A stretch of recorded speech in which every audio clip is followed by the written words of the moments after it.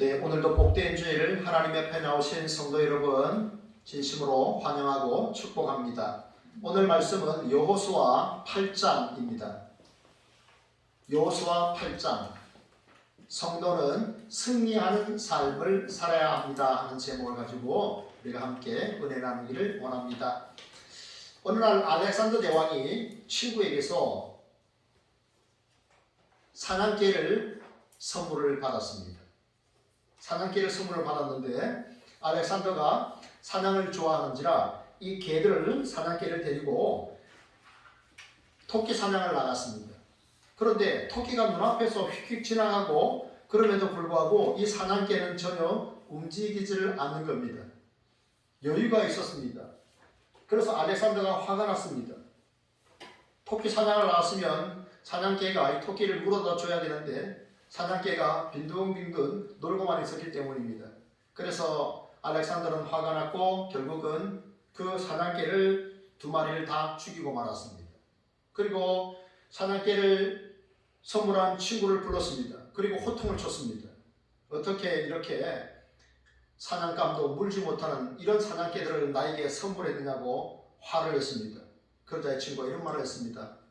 알렉산더 왕이시여, 내가 당신에게 선물한 사냥개 두 마리는 토끼를 잡는 데 능숙한 것이 아니라 호랑이와 사자를 잡는 일에 능숙한 사냥개들입니다. 굉장히 오랜 시간과 많은 돈을 투자하여서 그 훈련시켰던 개들이었습니다. 이렇게 이야기를 해줬다고 합니다.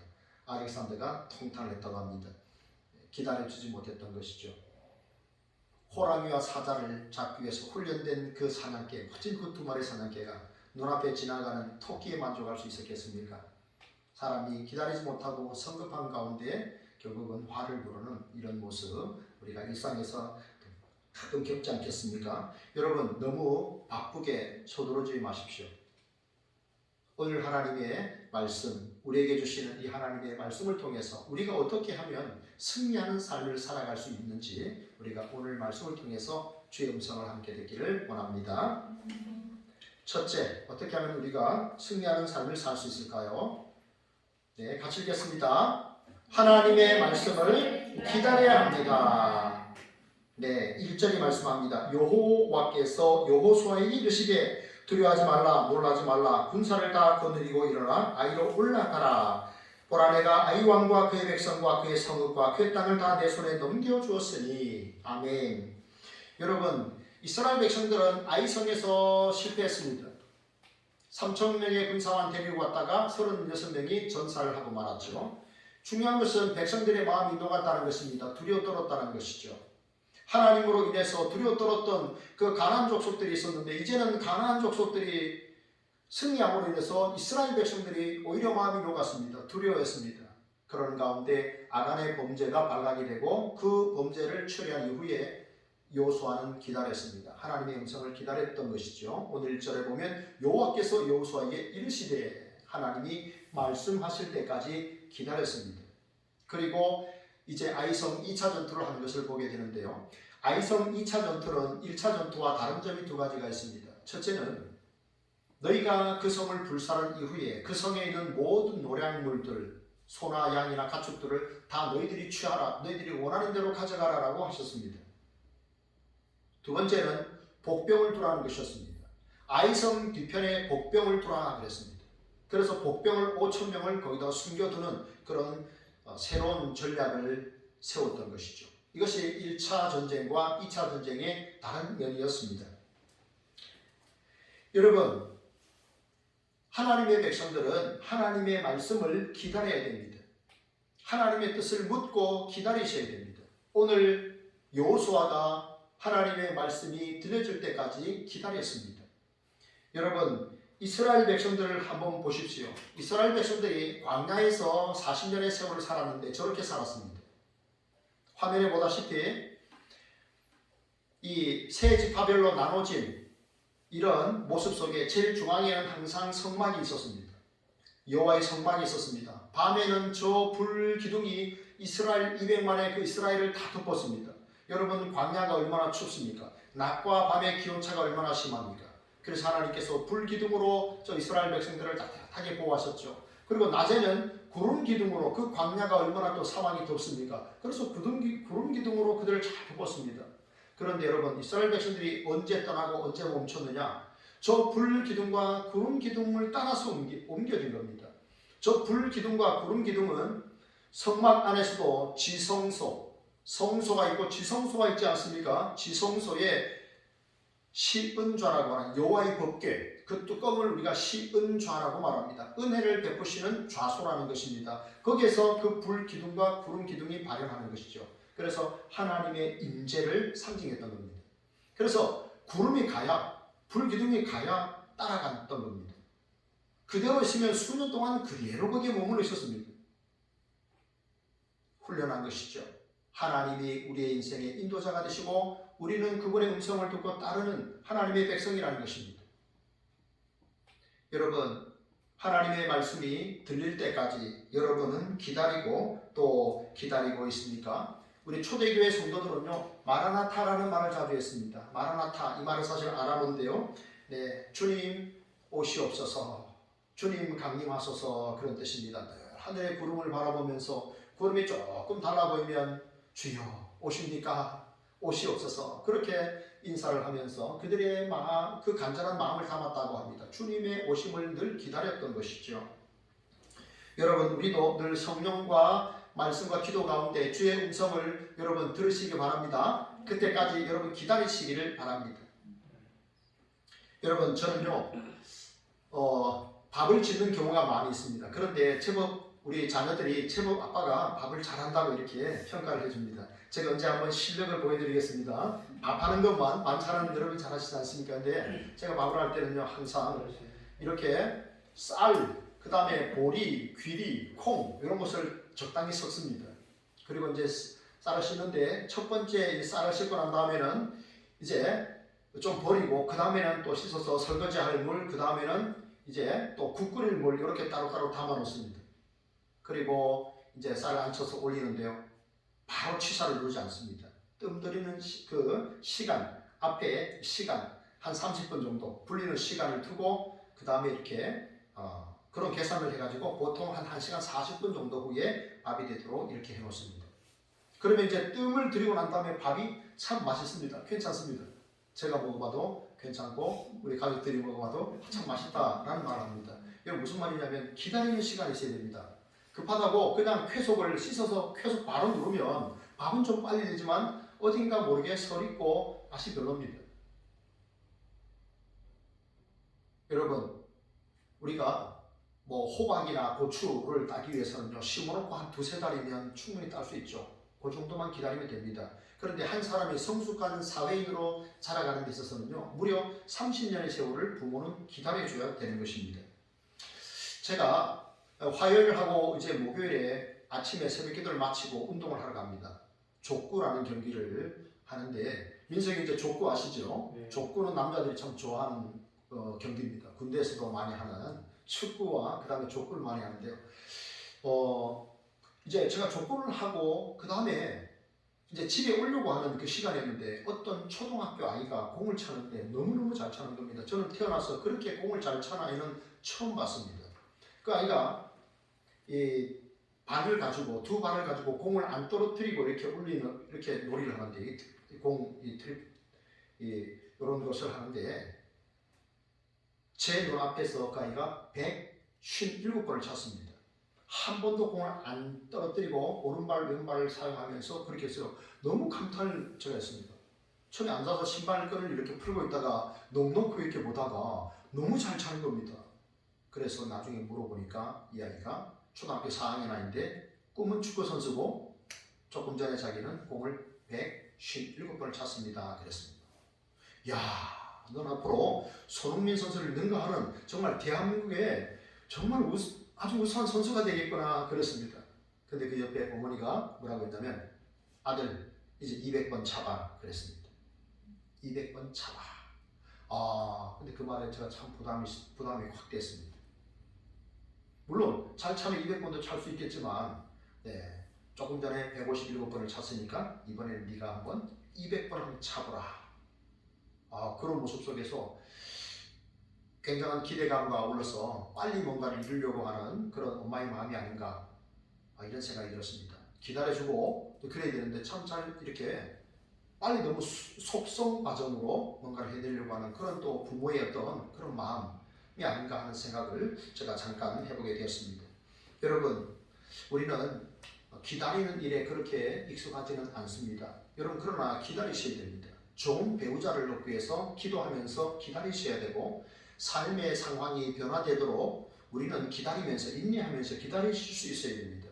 그래서 계속 버텨내는 겁니다.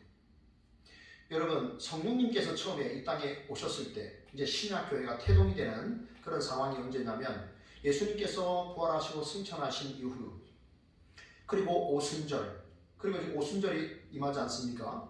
그런데 그 오순절에 성령이 오셨습니다. 예수님이 부활 승천하시면서 내가 너희에게 보혜사 성령을 보내실 것이다 라고 했습니다. 그가 너희들 가운데 와서 진리를 알게 하실 것이다 라고 말씀하셨습니다. 그런데 그 진리의 영이신 보혜사 성령이 언제 오셨느냐? 제자들이 마가 다락방에서 오순절 때까지 기다린 겁니다. 그때 오순절에 마가 다락방에서 성령이 불같이 임하셨던 것이죠. 거기에 모여있던 120여 명의 성도들이 성령을 받았습니다. 기다리는 자에게 임했다는 것입니다. 하나님의 성령을 간절히 사모하면서 기다렸던 하나님의 백성들에게 임했던 것을 우리는 봅니다. 여러분, 기다리셔야 됩니다. 여호수아는 1차 전쟁 이후에 낙심한 백성들을 위해서 그 죄의 문제를 잘 해결해 주었고, 그리고 하나님의 말씀이 임할 때까지 여호수아는 기다렸습니다. 그리고 18절에 보면 하나님께서 작전을 전략을 세우는데, 1차 전쟁 때처럼 너희가 그렇게 아이성 앞에 있다가 후퇴를 하라. 그러다가 여호수아, 너가 단창을 탁 들고 아이성을 가리킬 때 사람들이 반격을 시작할 것이다. 그런 작전을 세웠는데, 그때도 하나님께서 여호수아에게 말씀하셨을 때 내 손에 잡은 단창을 들어 아이를 가리키라 하는 하나님의 말씀을 듣고 그가 단창을 빼내서 아이성을 가리켰던 겁니다. 여호수아는 늘 하나님의 음성을 먼저 듣기를 원했고 그 음성을 들으려고 기다리는 삶을 살았습니다.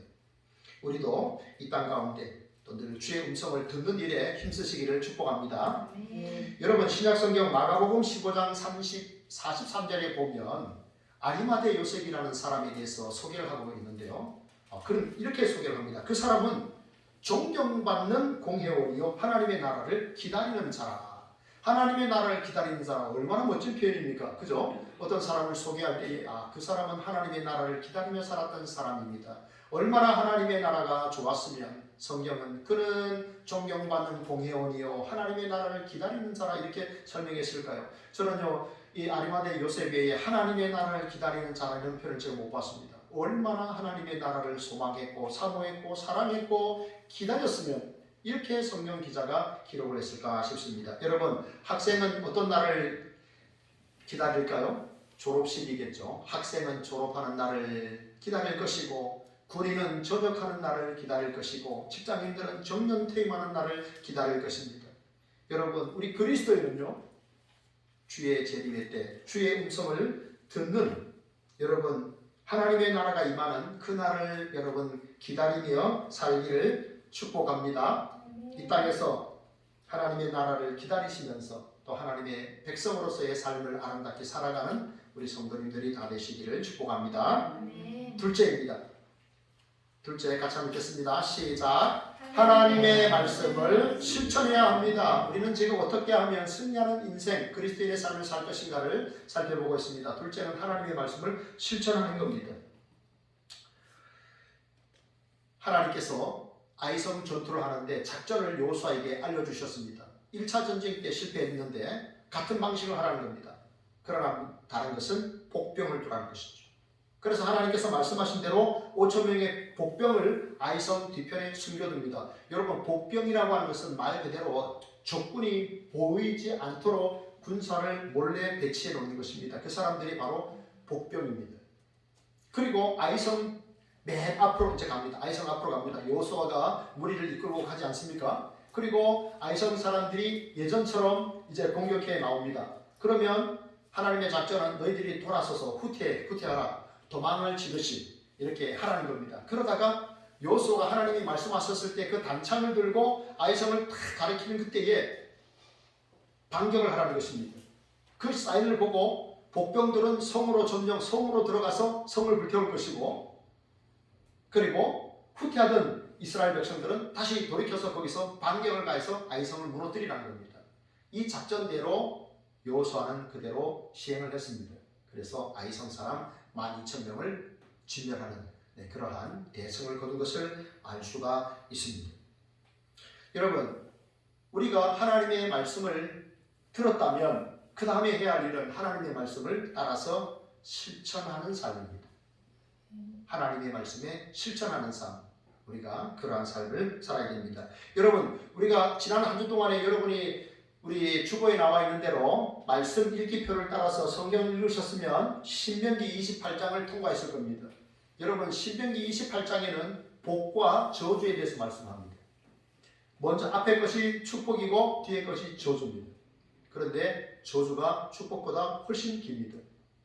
그런데 여러분, 너희가 만약 하나님의 말씀을 순종하면 그대로 실천하는 삶을 살아가면 내가 너에게 복을 줄 것인데 세계 모든 민족에 뛰어나게 할 것이다. 그랬습니다. 내가 너희를 거룩한 백성으로 삼으리라 그랬습니다. 내가 너희를 들어와도 나가도 복을 주리라. 인앤아웃 들어와도 나가도 복을 받게 하리라 그랬습니다. 성읍에서도 성 안에서도 복을 받고 너희들이 들에서도 복을 받을 것이다. 행하는 모든 범사가 복을 받을 것이다. 너희들의 떡반죽 그릇도 복을 받을 것이다. 너희들의 자녀도 복을 받을 것이요 너희들 집에 있는 가축도 복을 받을 것이다 그랬습니다. 얼마나 기쁘고 감사한 일입니까? 우리가 그저 하나님의 말씀에 따라 순종하는 삶을 살기만 하면 머리가 되게 하시고 꼬리가 되지 않게 하시고 세계 모든 민족에 뛰어나게 하시고 하나님께서 정말 세금에도 복을 주시는 이런 많은 약속을 하셨어요. 중요한 건 뭡니까? 순종입니다. 여러분, 제가 지난주에 카령수기의 사무엘 상하입니다. 그래서 제목을 순종이라고 했는데요. 한 나라의 왕이 세워지는 것도 결국 순종입니다. 한 나라의 왕이 폐위되는 것도 순종입니다. 그가 하나님의 말씀에 순종했느냐 불순종했느냐 거기에 따라서 나라가 바뀝니다. 왕이 바뀌는 겁니다. 우리가 얼마나 하나님의 말씀에 순종하여 하나님의 복을 받고 있습니까?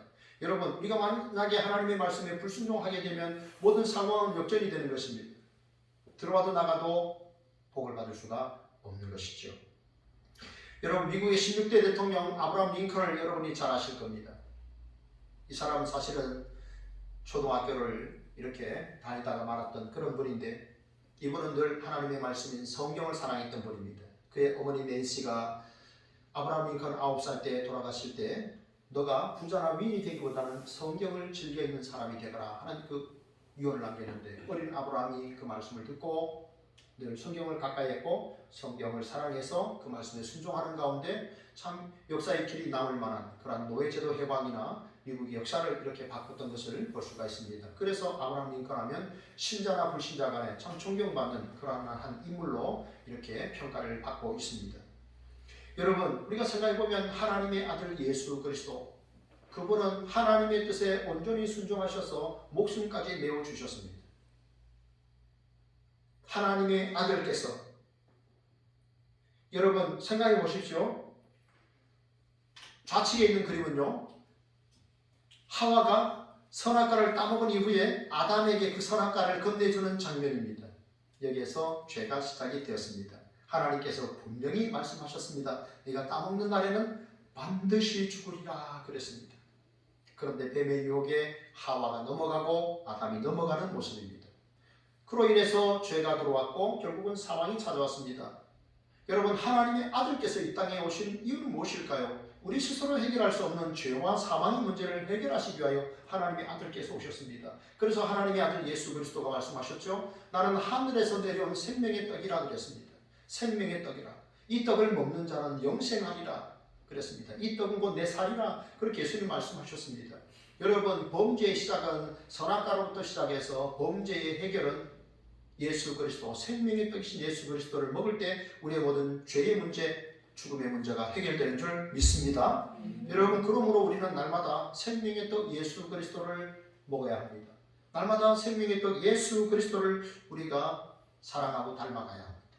여러분, 하나님께서 하나님의 나라로 우리를 영접하실 때 어떤 사람들을 영접하시는가? 하나님의 선물인 예수 그리스도를 받아들인 사람을 하나님이 천국에서 우리를 또 받아들이는 겁니다. 이 땅에서 하나님의 아들 예수 그리스도를 자신의 구주로 받아들이지 아니하는 사람을 하나님은 하나님의 나라에서 받아들이지 않습니다.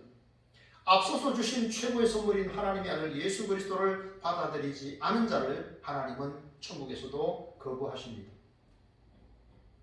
하나님의 아들이 이 땅에 오신 것은 우리를 구원해 내시기 위함입니다. 하나님이 세상을 이처럼 사랑하사 어떻게 형용할 길이 없어서 이처럼 사랑하사 하나님이 세상을 이처럼 사랑하사 독생자를 주셨으니 이는 그를 믿는 자마다 멸망하지 않고 영생을 얻게 하려 하십니다.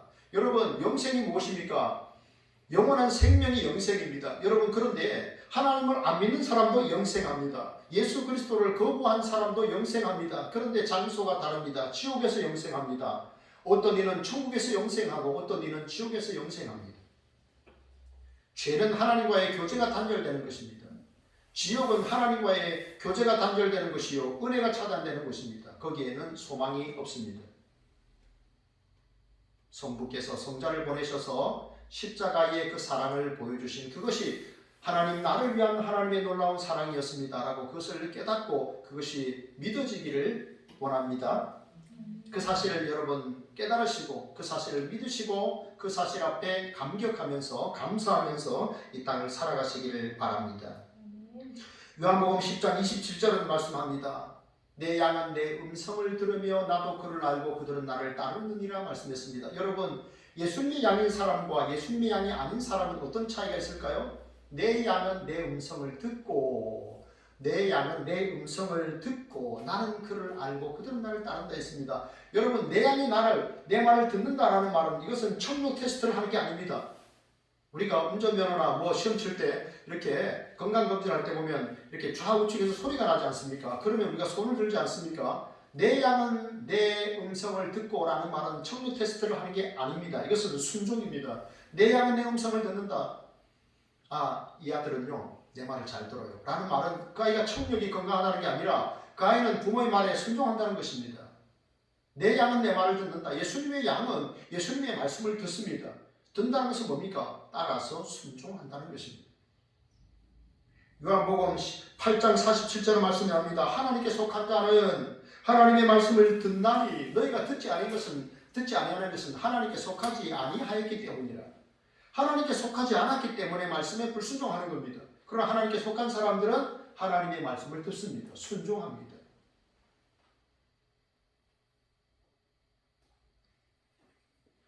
여러분, 성경은 여러분에게 어떤 책입니까?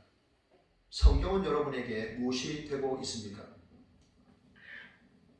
성경을 가까이 하시고 내 인생의 영원한 나침반으로 삼으셔서 그 말씀을 읽고 실천하여서 하나님께는 영광을 돌리고 이웃에게는 참 기쁨을 주는 그러한 삶을 살아갈 수 있기를 축복합니다. 마지막 셋째입니다. 같이 한번 읽어볼까요? 시작. 하나님의 말씀을 들려줘야 합니다. 아멘. 34절입니다. 그 후에 여호수아가 율법책에 기록된 모든 것대로 축복과 저주하는 율법의 모든 말씀을 낭독하였으니. 아멘. 여러분, 저 사진을 한번 보십시오. 저 사진은 뭘까요? 여러분 중에 혹시 저 사진, 저 비문이 뭔지를 혹시 아는 분이 계실까요? 고구려 시대에 세워졌던 유일한 우리나라에 남아있는 비입니다. 네, 광개토 대왕 비입니다. AD 397년에 저 광개토 대왕 비는요 충주에 있습니다. 충청북도 충주에 있는 비입니다. 사람들이 처음에는 동네 마을 입구에 있어서 마을에 있는 이 표지석인가 보다라고 했는데 본을 떠서 이렇게 칠해보니까 저게 광개토 대왕비였습니다. AD 397년에 세워진 건데요. 네, 국보입니다. 국보. 저 안에는요 어떤 내용이냐면 왜군이 신라를 침범했을 때, 일본이 신라를 침범했을 때 고구려가 5만 명의 병사를 보내줘서 신라를 보호해줬다 하는 그런 기록이 광개토 대왕비에 있다고 합니다. 그리고 고구려가 그 당시에 충주 지역까지 청주에서부터 이렇게 굉장히 넓은 땅을 차지했다는 것을 알 수가 있죠. 네. 광개토대왕 그리고 장수왕 때 그 영토가 제일 넓었지 않습니까? 네. 그래서 저런 비문을 보면서 우리는 역사를 알게 되는 것입니다. 그래서 그 당시에 고구려와 신라는 여형 여제하는 형 같고 동생 같은 그런 관계였다, 동맹이었다라고 이렇게 저런 비문을 통해서 알 수 있는 것입니다. 여러분 제가 유퀴즈라는 프로를요 가끔 이렇게 봅니다. 유퀴즈 지나간 프로들을 보는데 거기 보니까요 아마 그 이제 3.1절이 있어서 그런 모양인지 그런 역사나 그런 것에 관련된 사람들을 초대를 했는데 경남 김해에 사는 초등학교 4학년 꼬마아이가 이렇게 출연을 했습니다. 알고 보니까 이 아이는 아주 어려서 한국사 시험에 1급을 받은 그런 아이였습니다. 한국사 검정 그런 능력 시험에 1급을 받았는데요.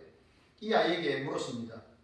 왜 이렇게 역사를 좋아하고 역사를 공부하느냐라고 했더니 그 뼈아픈 역사를 반복하지 않기 위해서 역사를 배우고 있습니다. 그랬습니다.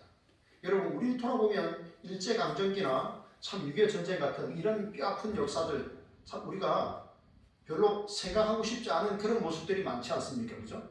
그러나 그런 역사를 우리가 무시하게 되면 그 역사 속에서 교훈을 우리가 얻지 못하게 되면 또다시 그런 뼈아픈 역사는 반복이 될 수밖에 없습니다. 그런 역사를 배우는 것은 그런 역사를 반복하지 않기 위해서 더 부강하고 건전한 나라를 세우기 위해서 우리가 역사를 배우는 것이죠. 여러분 저 광개토 대왕비 너무나 소중한 자료이기 때문에 문화관리청에서 저 돈을 투자를 해서 계속해서 저 비문을 보존을 하고 있습니다. 제가 도대체 한국에서 이 문화재관리청에서 문화재를 관리하기 위해서 얼마의 돈을 쓰는가 이런 것도 한번 조사해 봤는데요. 뭐 수조억을 쓰더라고요. 수조억을. 그런 문화재 소중한 유산이기 때문에 그렇습니다. 여러분 그러면 우리가 하나님의 말씀을 우리가 승리하는 그리스도인, 성공적인 그리스도인의 삶을 살려면 하나님의 말씀을 들려줘야 된다고 했는데 우리가 하나님의 말씀을 들려주기 전에 먼저 우리가 생각해 볼 것은요. 우리가 하나님의 말씀을 기록을 해야 된다는 겁니다. 내가 하나님의 말씀을 내 마음판에 기록을 해놓는 것입니다. 오늘 여호수아는 전쟁 이후에 에발산과 그리고 그리심산 저주를 선포하고 축복을 선포하라고 하는 그 에발산과 그리심산 그 에발산 앞에서 제단을 만듭니다. 여호와의 제단을 만듭니다. 그리고 거기서 제단을 만드는 이유는 뭡니까? 하나님께 제사를 드리기 위함이죠. 하나님께 예배하기 위함입니다. 예물을 드려서 하나님께 제사를 드리는 겁니다. 전쟁 이후에 왜 제사를 드렸을까요? 우리가 언약 백성이라는 것입니다. 새로운 땅에 들어왔는데 우리는 하나님의 언약의 말씀을 따라서 이 땅에 들어왔노라. 우리가 승리한 것은 하나님의 말씀에 순종했기 때문에 하나님이 우리에게 승리를 주셨고 이 땅을 주셨다. 우리가 하나님의 언약 백성입니다. 우리는 하나님을 예배하는 주의 백성입니다. 이것을 강력하게 알려주기 위해서 먼저 이렇게 제단을 쌓고 하나님 앞에 제사를 드린 거예요. 그리고 그 다음에 돌에다가 하나님의 말씀 율법을 기록을 한 겁니다. 왜 그 율법의 말씀을 기록을 했는가? 얼마나 소중했으면 돌에 기록을 했을까요? 얼마나 소중한 역사였으면 돌에 기록하여서 그것을 후대에 알리고 싶어 했을까요? 여러분 오늘 저와 여러분은 석공이 되기 위해서 그런 공부를 할 필요는 없습니다. 그죠? 그런 채석장에 가서 우리가 돌 깎는 기술과 글씨 쓰는 기술을 우리가 배워야 할 필요는 없습니다. 다만 돌도 변하지 않습니까? 그죠? 세월이 지나면 돌도 변하잖아요. 그러니까 저 위에다가 기둥을 씌우고 비를 안 맞게 하고 이렇게 관리를 하잖아요. 돌도 변합니다. 굉장히 안 변하지만 변하지 않습니까? 여러분 그래서 우리는 어디에 하나님의 말씀을 새겨야 됩니까? 우리의 마음판에 새겨야 합니다. 우리의 마음판에 고린도후서 3장 4절에 보면요. 거기에 두 개의 돌판이 나와요. 하나는 돌판입니다. 돌판. 그리고 하나는 마음판입니다. 여러분 돌판도 변하지만 역시 마찬가지죠. 사람의 마음도 변합니다. 이 마음도 변합니다. 그래서 잠언에 보면 무릇 지킬 만한 것보다 더욱 내 마음을 지키라 생명의 근원이 이에서 남이니라 이렇게 말씀했습니다. 우리의 마음, 이 마음도 잘 지켜야 됩니다. 늘 성령 안에서 지켜야 되죠. 그리고 우리의 마음에, 우리의 마음판에 하나님의 말씀을 새겨야 됩니다. 목사님, 어떻게 하나님의 말씀을 우리의 마음판에 새길 수 있을까요? 그게 무슨 뜻일까요? 그것은 바로 하나님의 말씀을 내가 암송하는 겁니다. 하나님의 말씀을 내가 암송하는 겁니다. 그래서 언제나 내 하나님의 말씀을 내 마음 창고에서 계속해서 끄집어내는 거죠. 계속해서 쓰는 겁니다. 하나님의 말씀을 암송하는 것. 그게 내 마음판에 하나님의 말씀을 새겨놓는 것입니다. 그러면 어떻게 하면 하나님의 말씀을 잘 암송할 수 있을까요? 두 가지의 비결을 알려드리면, 첫째는 성경을 가까이 두시는 겁니다. 성경을 멀리 두지 마시고 성경을 주일날 아침에 이렇게 먼지 한번 탁탁 털고 가져오는 그런 책 정도로 여러분 여기지 마십시오. 여러분이 있는 여러분의 방에다가, 여러분의 침대 가까이 성경을 두십시오. 그래서 수시로 성경을 읽을 수 있도록 성경을 가까운 곳에 두십시오. 내 손이 착 펼치면 만질 수 있는 그 가까운 거리에 성경을 두십시오. 두 번째는 성경을 계속 읊조리십시오. 소리내어 읽으십시오. 성경을 계속해서 우리가 소리내어서 읽게 되면 뇌가 반응을 한답니다. 뇌가 이것을 기억을 한다고 합니다. 우리는 어떤 지역에 갈 때 그 지역을 우리가 다른 사람에게 설명하지 못할 때가 있습니다. 그런데 그럼 우리는 뭐라고 말합니까? 내가 설명을 못하지만 내 몸이 기억한다라고 하지 않습니까? 그죠? 네, 내 몸이 기억하는 겁니다. 말로 설명할 수는 없지만 내 몸이 기억을 하기 때문에 가는 겁니다. 우리가 하나님의 말씀을 가까이 할 때 나의 내비 속에서 내가 기억을 하고 그것이 우리의 마음밭에 새겨지는 줄 믿습니다. 여러분은 어떻게 염색을 좀 자주 하십니까? 저는 이제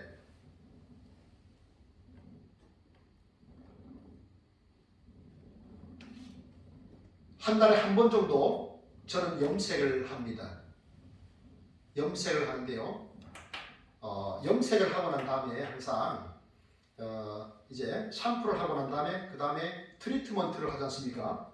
맞습니까? 네, 고개를 끄덕이시는 분이 세 분이 계시는데 저는요 트리트먼트를 하는 걸 정말 자주 까먹습니다. 제가 평소에 그냥 샴푸만 하고 이렇게 머리를 털고 나오기 때문에 이 트리트먼트는 굉장히 저한테는 어려운 겁니다. 제가 최근에 트리트먼트를 한번 이렇게 해야 되는데 또 못했습니다. 그리고 이제 이런 생각이 들었습니다.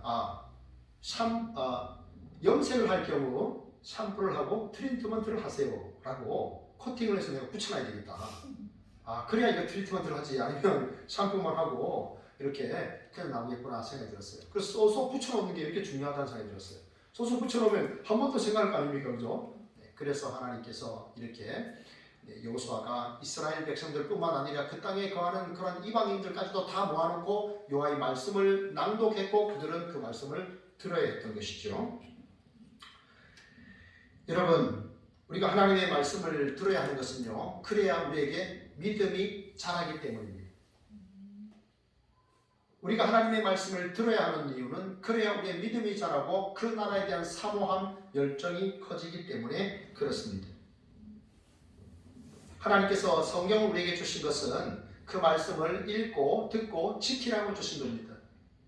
지식적으로만 아는 것이 아니라 말씀을 읽고 듣고 지키라고 주신 말씀이기 때문에 여러분, 우리는 지키는 일에 힘써야 됩니다. 여러분, 이런 경우는 혹시 여러분 보셨습니까? 부모님이 두 분이 다 언어 장애가 있습니다. 그래서 말을 못합니다. 두 분이 다 말을 못합니다. 그럼 여러분, 그 사이에서 태어난 자녀는 말을 할 수 있을까요? 없을까요?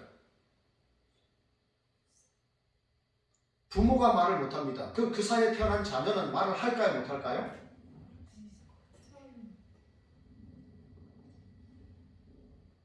말을 들어본 적이 없기 때문에 말을 할 수가 없습니다. 여러분, 타잔을 보십시오. 영화 타잔에 보면 타잔이 뭐라고 말합니까? 그러잖아요. 그죠? 왜냐하면 여우로부터, 짐승들로부터 들었던 말이 그것 때문에 그렇게 합니다. 그래서 그 아도 어조가 있습니다. 네, 그래서 그걸 보고 위험할 때, 기쁠 때 그걸 아는 거죠. 네, 들었던 말이 그거기 때문에 그래 하는 거예요. 근데 부모가 아무 말을 못했기 때문에 자녀는 말을 들어보지 못했기 때문에 할 수가 없는 겁니다. 그런 자녀들 어떻게 합니까? 일가 친족들이 데리고 갑니다. 이 아이를 데리고 가서 언어를 가르치는 거죠. 그리고 어느 정도 장성하면 다시 부모에게로 데려다 줍니다. 그 다음에는 그 아이는 수화를 통해서 부모와 소통하는 거죠. 말을 들어야 할 수 있습니다.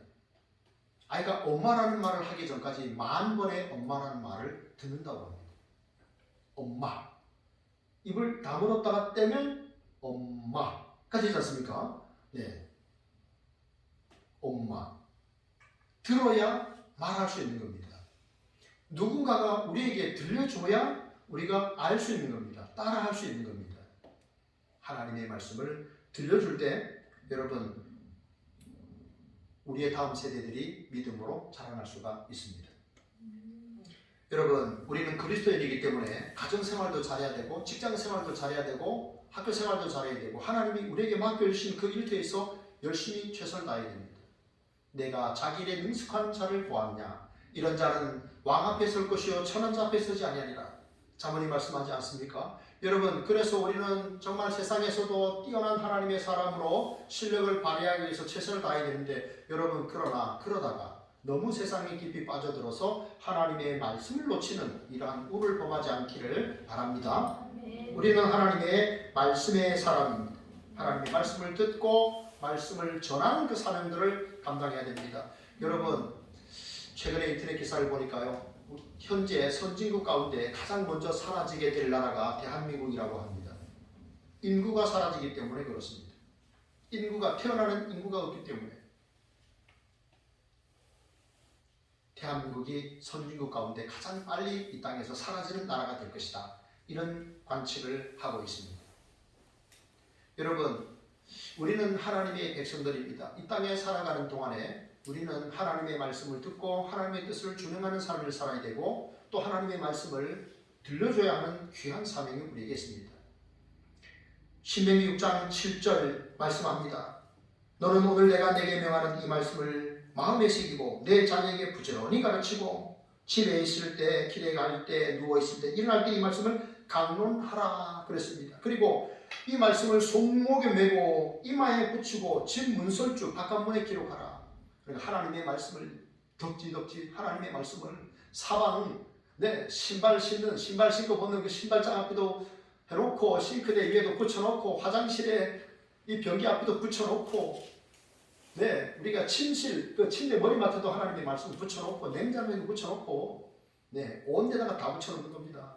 사방 둘러보면 딴 생각 안 들도록 하나님의 말씀을 다 묵상할 수 있도록 해놔야 됩니다. 그리고 내 자녀들에게 이 말씀을 강론하라 그랬습니다. 이 강론하라 하는 말은 일상에서 이야기하라는 뜻입니다. 일상에서 그 하나님의 말씀을 이야기하라는 뜻입니다. 하나님의 말씀은 교회 가서 목사님에게서만 듣는 거야, 주일학교 선생님에게서만 듣는 거야가 아니라 일상에서 부모님이 하나님의 말씀을 가지고 이야기를 하라는 겁니다. 그게 강론입니다. 여러분 왜 우리는 하나님의 말씀을 늘 듣고 들려줘야 됩니까? 하나님의 말씀은 생명의 말씀이기 때문입니다. 회복이 일어납니다. 생명이 일어납니다. 기적이 일어납니다. 하나님의 말씀을 듣게 하세요. 기적이 일어납니다. 회복이 됩니다. 무엇이 나를 회복시키겠습니까? 주의 생명의 말씀이 나를 회복시켜줄 줄 믿습니다. 말씀을 듣고 들려주어서 이 땅에서 축복의 통로로 하나님을 기쁘시게 드리는 저와 여러분의 인생이 되기를 진심으로 바랍니다. 기도하겠습니다. 하나님 감사합니다. 오늘도 복된 주일 하나님 앞에 예배하며 말씀을 들을 수 있는 은혜 주시니 감사합니다. 이 땅에 사는 동안 주의 말씀을 기다리며 받은 말씀 순종하며 또 우리가 받은 그 말씀을 우리의 자손들에게 우리의 이웃들에게 들려주는 그래서 축복의 통로의 사명을 잘 감당하는 저희들 다 될 수 있도록 인도해 주옵소서. 감사하고 예수님 이름으로 기도합니다. 아멘. 우리 함께